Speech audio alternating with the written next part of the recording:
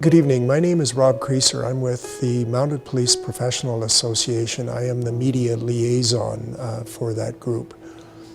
The reason that I'm speaking with you tonight is concerning the legislation that is being spoken to at committee this week.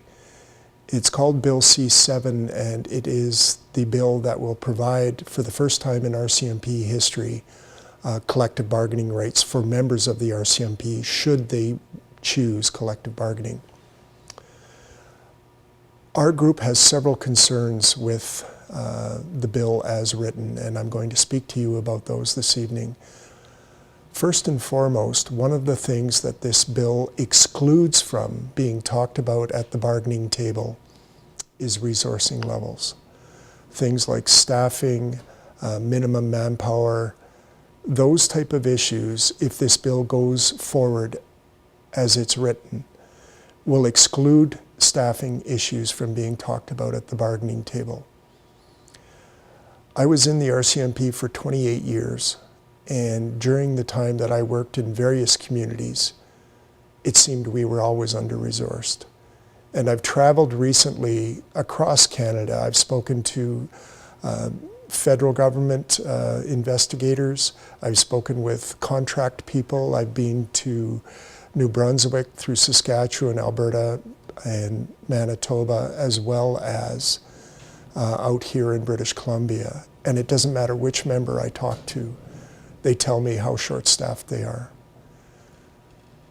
I believe, unless the staffing issue is talked about and becomes part of the collective bargaining process, that nothing is going to change in the RCMP. Members are still going to be subject to harassment in the workplace. They are going to have mental health issues. Those type of things need to be addressed in terms of staffing. And not only that, what we're seeing is that things like discipline and harassment are also going to be excluded from the table, the collective bargaining table. Many of you have experienced issues in the workplace in terms of harassment or bullying or even mental health issues. These things have to be addressed in a collaborative movement with management, but we have to have input into that.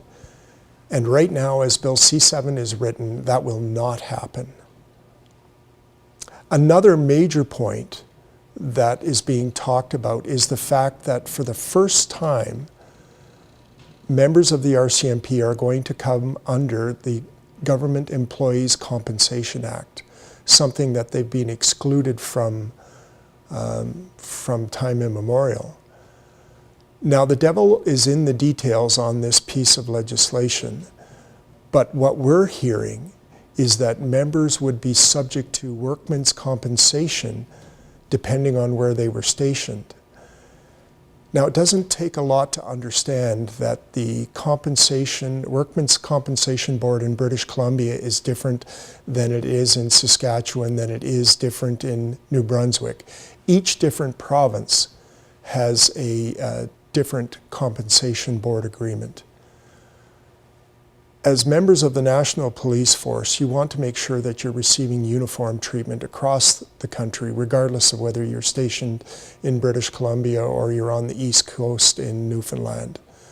You want the same coverage, especially if you're subject to a workplace injury. One of the other things that is being talked about is the possibility, and again, the devil will be in the details, as to whether members will continue to be covered under the Department of Veteran Affairs.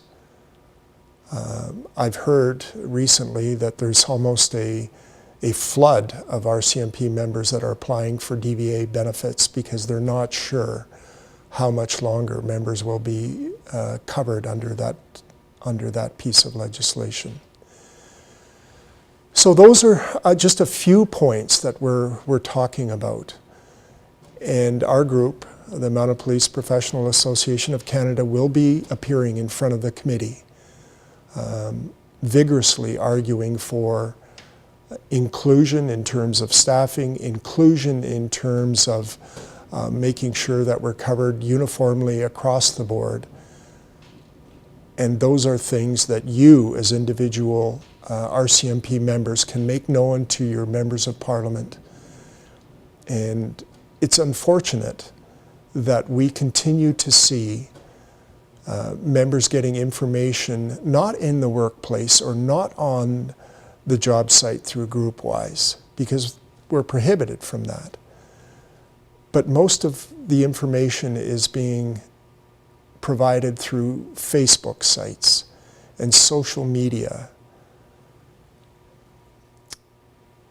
If we didn't have staff relations representatives, and if labor relations wasn't part of the RCMP workplace, we wouldn't have had staff relations representatives.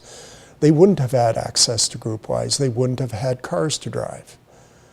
What's changed? Labor relations in the RCMP is part of the RCMP workplace, and yet we're not being allowed to communicate. I think that shows lots about our management. And if they were, in fact, a truly caring management group, we would know a lot more through the workplace rather than having to spend time on Facebook sites. I hope you have concerns. I hope you deal with the politicians to express those concerns. And I hope if you have questions about what we're doing in the Mounted Police Professional Association that you contact me or contact our webpage at www.mppac.ca. Thank you for your time.